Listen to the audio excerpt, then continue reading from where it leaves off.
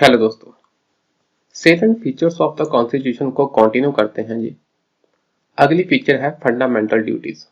Fundamental duties हमारे नागरिकों की कुछ ड्यूटीज मेंशन की है संविधान में। पर ये बात है कि जो ओरिजिनल कॉन्स्टिट्यूशन था ना हमारा, it did not contain the fundamental duties. उसमें फंडामेंटल ड्यूटीज नहीं थी। तो ये क्वेश्चन आ जाएगा आपको एग्जाम में, किस कमेटी ने रिकमेंड किया था या कब ये फंडामेंटल ड्यूटीज ऐड की गई, किस संवैधानिक संशोधन के द्वारा। तो आपने याद रखना है, these duties were added by the 42nd constitutional amendment act of 1976। तो जो इमरजेंसी के दौरान 42nd अमेंडमेंट थी, आगे जाकर भी हम पढ़ेंगे, ये बड़ी अमेंडमेंट थी, इसने संविधान के साथ काफी छेड़छाड़ की। तो इसी के तहत ही फंडामेंटल ड्यूटीज हमारे संविधान में ऐड की गई ड्यूरिंग इमरजेंसी। और किस कमेटी ने इसको रिकमेंड किया था? On the recommendations of the स्वर्ण सिंह कमेटी। स्वर्ण सिंह कमेटी ने ये रिकमेंड किया था, हाँ भी हमारी संविधान में फंडामेंटल ड्यूटीज होनी चाहिए। तो इस कमेटी की रिकमेंडेशन पर इमरजेंसी के दौरान during the operation of internal emergency, कब थी? 1975 से 77 के दौरान। तो उस समय फंडामेंटल ड्यूटीज भी ऐड की गई।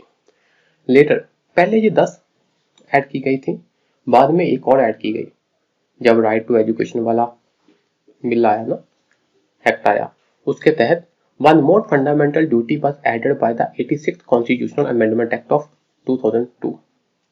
तो 86th कॉन्स्टिट्यूशनल अमेंडमेंट एक्ट बहुत इंपॉर्टेंट है, एग्जाम में अक्सर पूछ ली जाती है। तो इसमें ये पेरेंट्स और गार्डियन की ड्यूटी थी कि वो अपने बच्चे को एजुकेशन प्रोवाइड कराए। ठीक है जी। तो अब कितनी ड्यूटीज हो गई हैं? 11।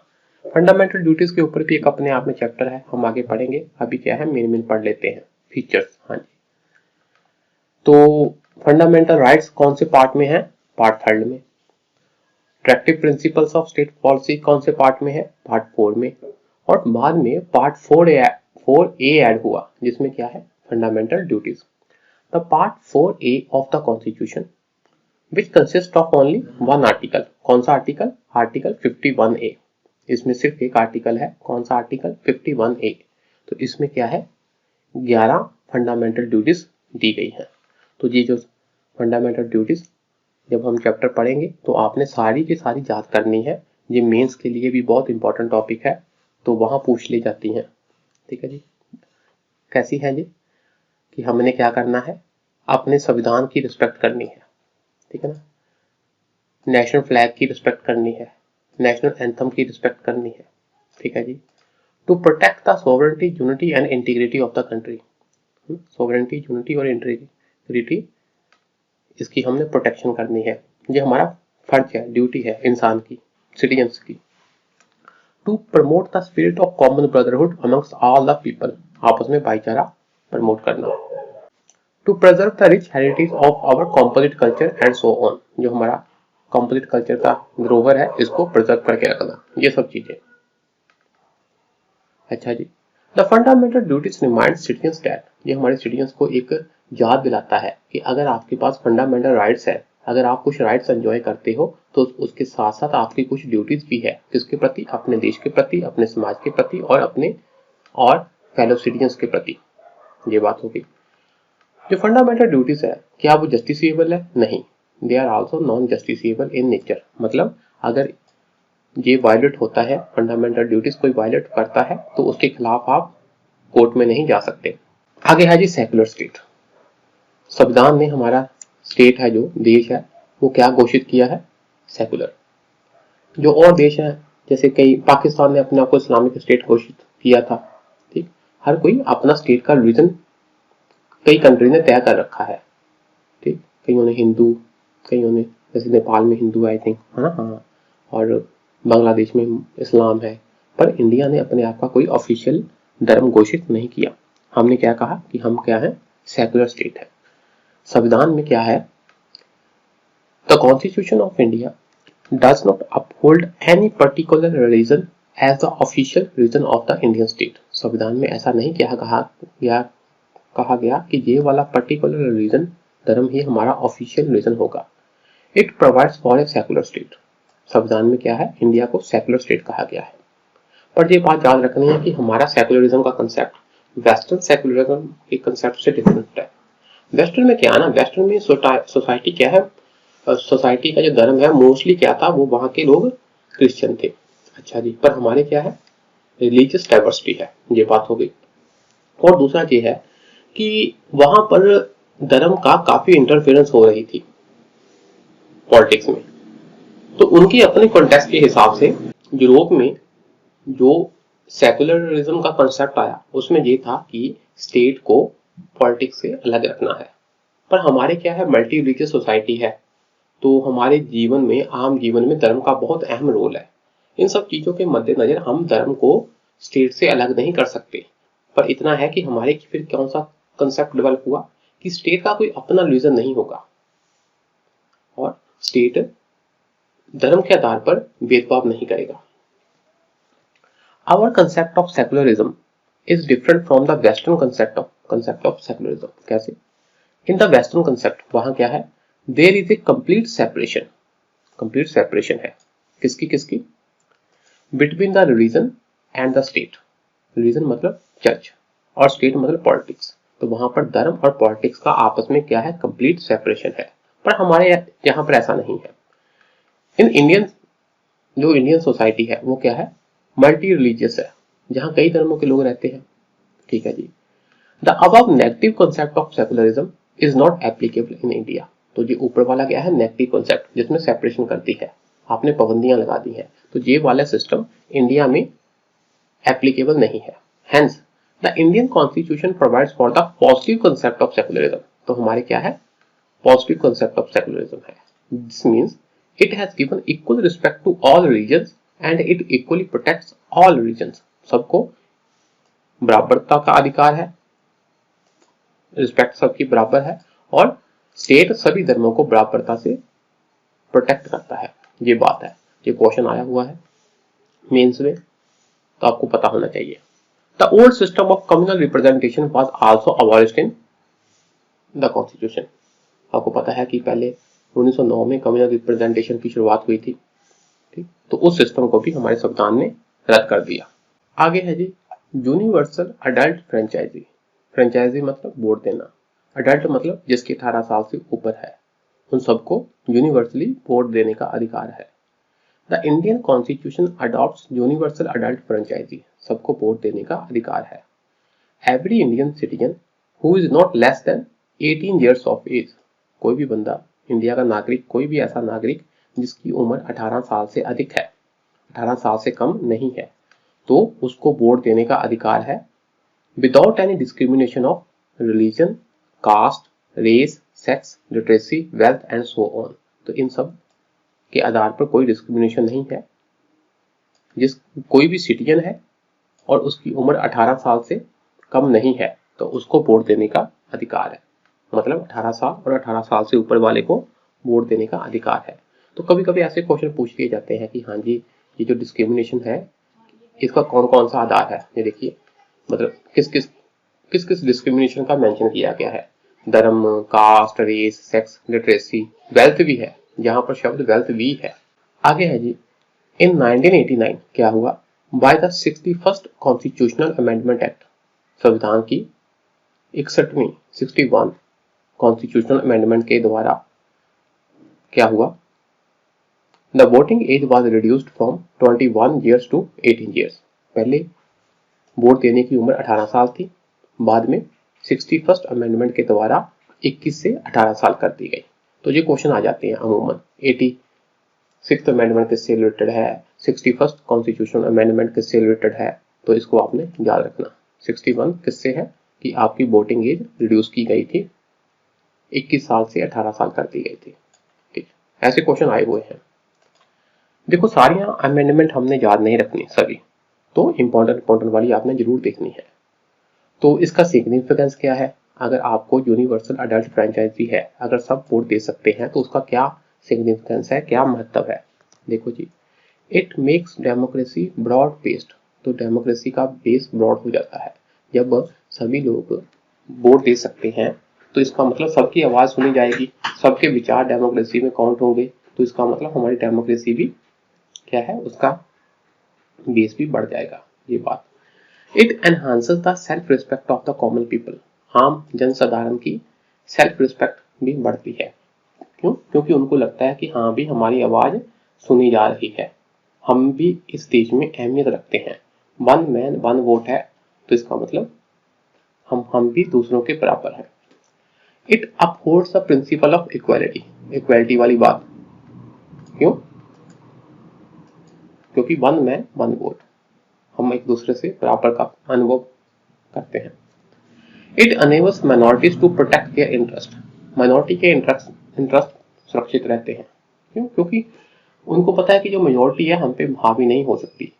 जब आप देखोगे ना कि ये मिनोरिटी है, तो अगर पहले क्या था, इनकम के हिसाब से, पैसे के हिसाब से, आप कितना टैक्स भरते हो उसके हिसाब से, एजुकेशन के हिसाब से ऐसे वोट दी जाती थी। अब क्या है, सब देंगे, तो मिनोरिटी भी अपने आप को कम नहीं फील करेगी। उनको क्या है, ऐसा नहीं होगा, उनको लगेगा हमारे भी सफिशिएंट बंदे चुनकर अब क्या है MP MLA बनेंगे। ठीक है जी। Weaker sections also feel empowered, क्योंकि वीकर सेक्शन को लगेगा हाँ भाई भी कुछ, जैसे एजुकेशन महंगी है, अगर वीकर सेक्शन कहे कि हाँ एजुकेशन सस्ती होनी चाहिए और वीकर सेक्शन का नंबर ऑफ वोट्स भी सफिशिएंट हो, तो जो पॉलिटिकल पार्टी है अपने आप को उस हिसाब से झुका लेती है। तो वीकर सेक्शन को भी लगेगा कि हाँ भी हम भी अपनी जो मांगे हैं उनको मनवा सकते हैं। They can expect some hopes from the political parties, political party से कुछ ना कुछ एक्सपेक्ट कर सकते हैं। ये बात होगी। आगे है जी सिंगल सिटीजनशिप। हमारे संविधान में क्या है, सिंगल सिटीजनशिप।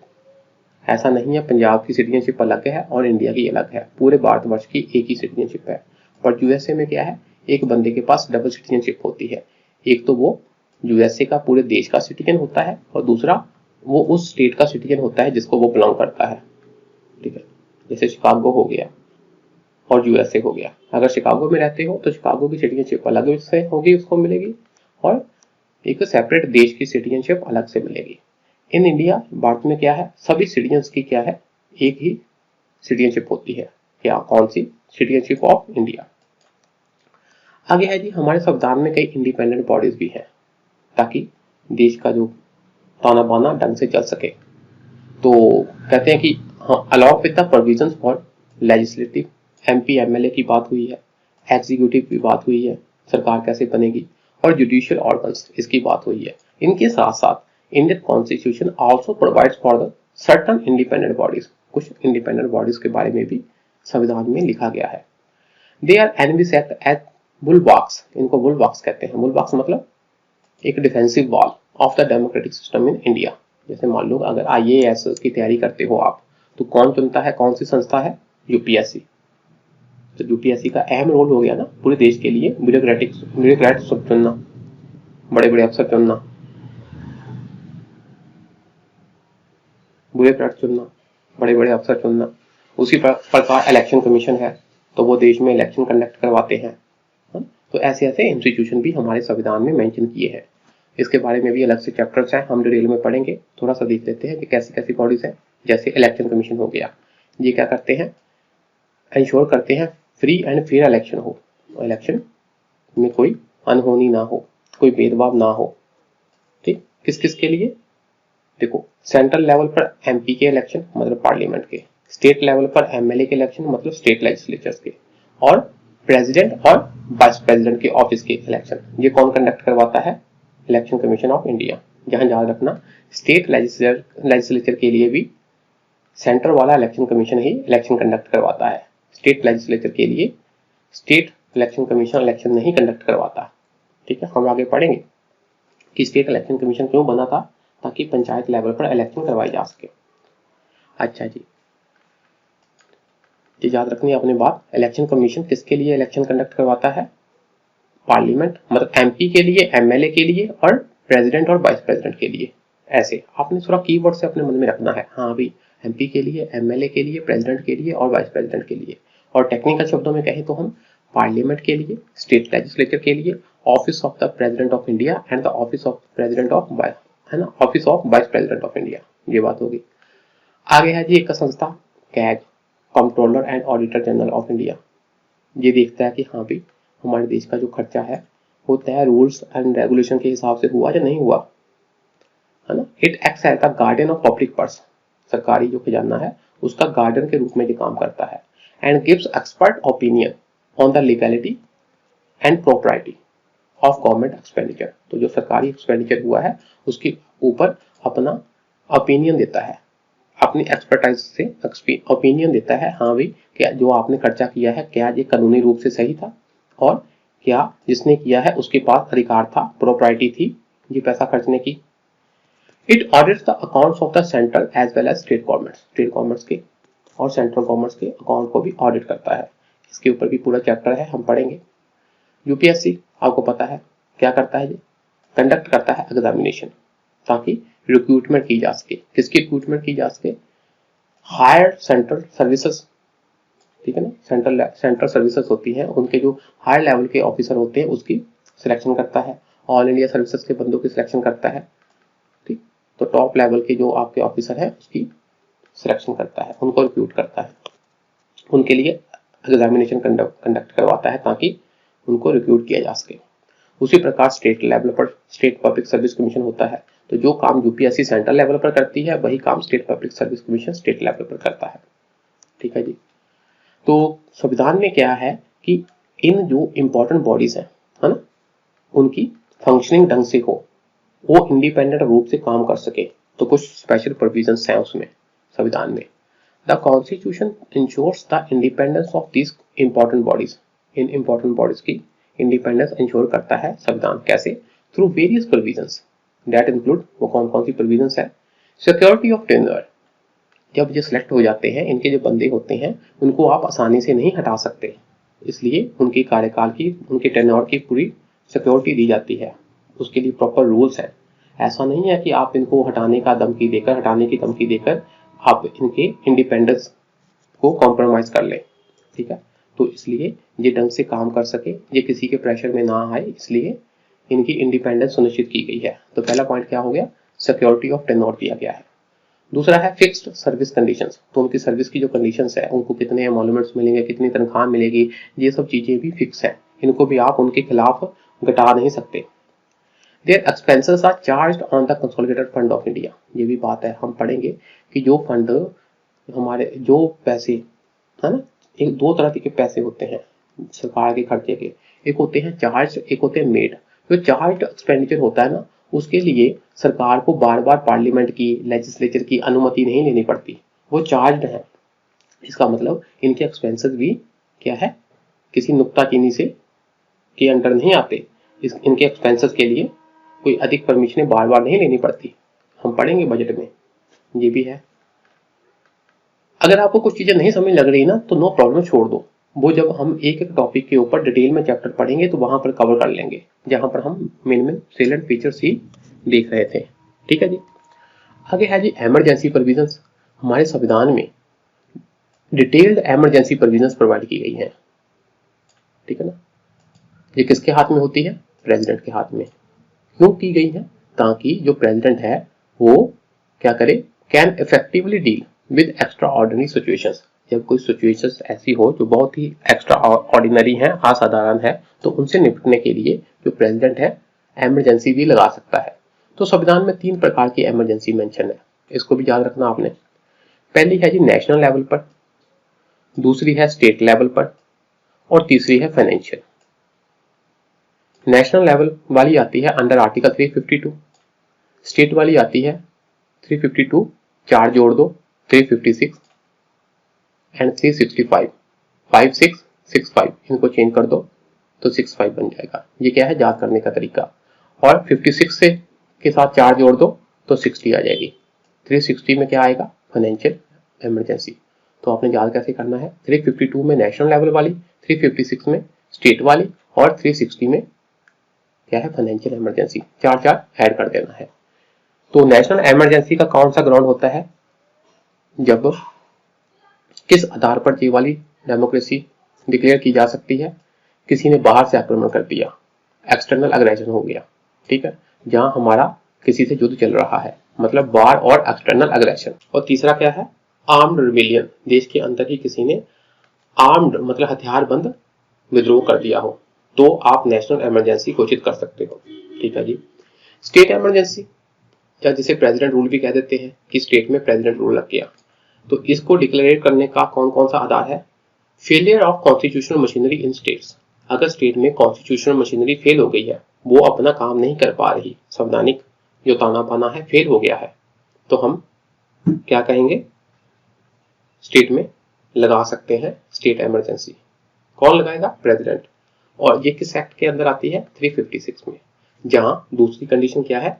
सेंटर ने कोई डायरेक्शन दी स्टेट को, पर स्टेट ने वो डायरेक्शन नहीं मानी, ठीक, तो भी सेंटर आर्टिकल 365 के अंदर स्टेट में इमरजेंसी लगा सकती है।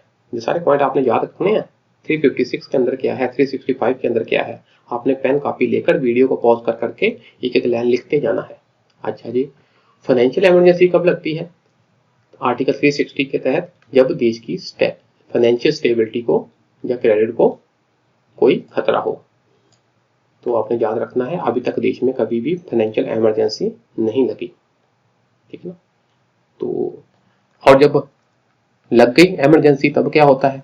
ड्यूरिंग एन इमरजेंसी क्या होता है? जो सेंट्रल गवर्नमेंट है ना, वो उसके हाथ में पावर आ जाती है, और जो स्टेट्स होते हैं वो under total control of centre आ जाते हैं। तो ऑल पावरफुल, पावर किसके हाथ में आ जाती है? सेंटर के पास।